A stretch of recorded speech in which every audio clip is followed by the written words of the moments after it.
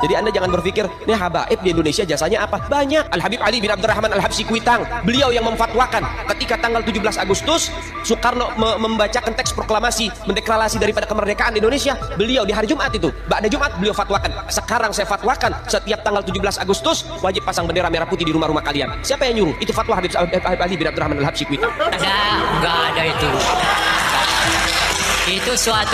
Itu justru antara tanggal 15 sampai tanggal 16 terjadi persoalan di antara pemimpin kita. Itu menyebabkan maka pada tanggal 17 Agustus kemerdekaan itu diadakan, dan itu adalah kemerdekaan bangsa. Belum ada negara. Besoknya baru ada negara, yaitu tanggal 18 Agustus. Seperti itu. Lambang negara Garuda, siapa yang buat? Al-Habib Asy-Syarif Hamid Al-Ghadri dari Pontianak, keluarga baginda Nabi Muhammad. Pertanyaan ini sebenarnya pertanyaan yang sederhana jawabnya. Jadi ketika itu diperlukan lambang negara, lalu dibentuk panitia. Panitianya, ketuanya Ki Hajar Dewantara, lalu anggota panitianya ada Yamin, ada Sultan Hamid. Nah lalu ada dua dari sekian banyak bahannya masuk, dua yang diterima, Sultan Hamid sama Yamin. Tapi kemudian setelah dilihat bahwa Yamin sedikit ada kecenderungan ke Jepangan, maka kemudian diterima Sultan Hamid. Tetapi ada tetapinya, diterima, tetapi begitu Bung Karno melihat, maka dia melihat berbagai hal yang kurang tepat. Maka dia panggil seorang seniman namanya Dullah, lalu dia katakan, Dullah, perbaiki itu. Maka diperbaiki. Jadi yang kita lihat sekarang itu bukan asli dari Sultan Hamid, tetapi itu adalah perbaikan dari kehendak Presiden Soekarno yang ditugaskan kepada seorang seniman yang bernama Dullah. Faktanya seperti itu. Itu yang pertama. Yang kedua, saya menolak Sultan Hamid sebagai pahlawan nasional karena pada tahun 1904 pangkatnya dinaikkan dari kolonel menjadi mayor jenderal di negeri Belanda. Pada tahun itu kita diburu-buru oleh Belanda, ditembakin dan sebagainya. Dia tidur di negeri Belanda. Bendera merah putih, siapa yang memberikan instruksi kepada Bung Karno untuk membuat bendera merah putih sebagai bendera Indonesia? Itu adalah fatwa Al-Habib Idrus bin Salim Al-Jufri Palu Al-Khairat. Enggak benar. Enggak benar. Jadi jangan menggunakan sesuatu yang penting bagi negeri kita hanya untuk kepentingan diri kita dan kelompok kita. Banyak lagi dari kalangan para dzurriyyat Nabi Muhammad SAW yang jasanya besar di Indonesia, tapi kita nggak ada yang tahu. Kenapa? Karena itu kami nggak cari popularitas, kami nggak cari madah pujian, kami nggak cari tempat kedudukan, yang kami cari ridho Allah dan Rasulnya. Mereka mengatakan bahwa Mbah Hasyim Asy'ari ini ketika mendirikan Nahdlatul Ulama, termasuk para founding father kita mau memproklamirkan kemerdekaan Indonesia itu tanggalnya atas restu daripada Habib Ali Habsyi Kuitang. Itu saya nyatakan salah besar.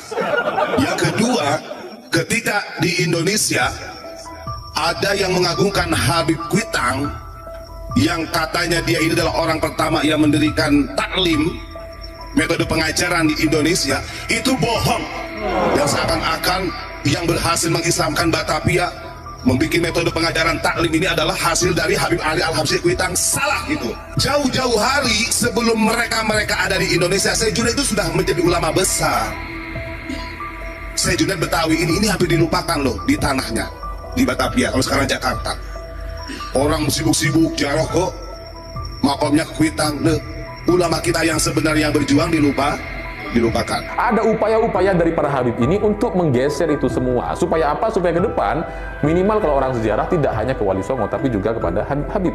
Makanya tiba-tiba ada Habib yang bikin makam palsu gitu. Itu bahasanya lain, agak berat ini.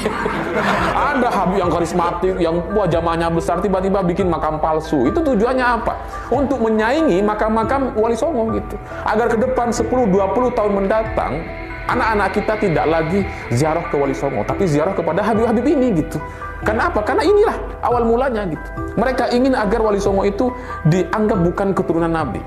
Nah, kalau ini kemudian dibiarkan, tidak kita berikan perlawanan, jangan-jangan sejarah di Indonesia juga akan berubah dan kemudian tidak diakui lagi bahwa Wali Songo lah yang membawa ajaran agama Islam di Indonesia. Ini upaya untuk supaya umat Islam benci terhadap keluarga baginda Nabi Muhammad. Hati-hati saudara sekalian. Nabi bilang, man mata ala bugdi ahlil bait mata yahudiyan atau nasraniyan. Siapa orang yang mati membawa benci kepada keluarga baginda Nabi Muhammad, dipastikan mati dalam keadaan Yahudi ataupun Nasrani, atau dalam bahasa daripada sederhananya, mati dalam keadaan murtad. Sahabat tanya, wa in sama wa shalla ya Rasulullah, walaupun orang itu puasa, walaupun orang itu sholat, apa tetap hitung mati murtad? Apa kata Nabi? Wa in sama wa shalla, walaupun orang itu puasa, walaupun orang itu sholat, kalau dia mati bawa benci kepada keluarga Nabi Muhammad, dipastikan mati dalam keadaan murtad.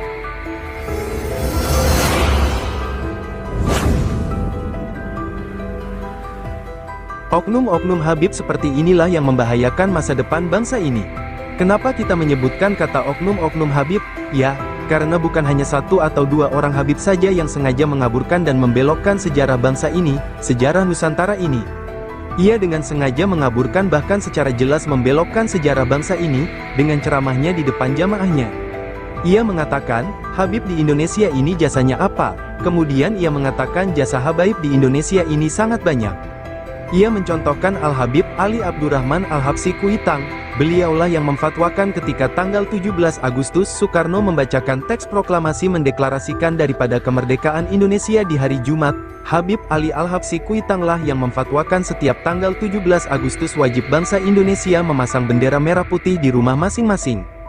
Namun pernyataan oknum Habib Ngibul itu langsung dibantah oleh Dr. Anhar Gonggong MA, seorang ahli sejarah dan birokrat Indonesia.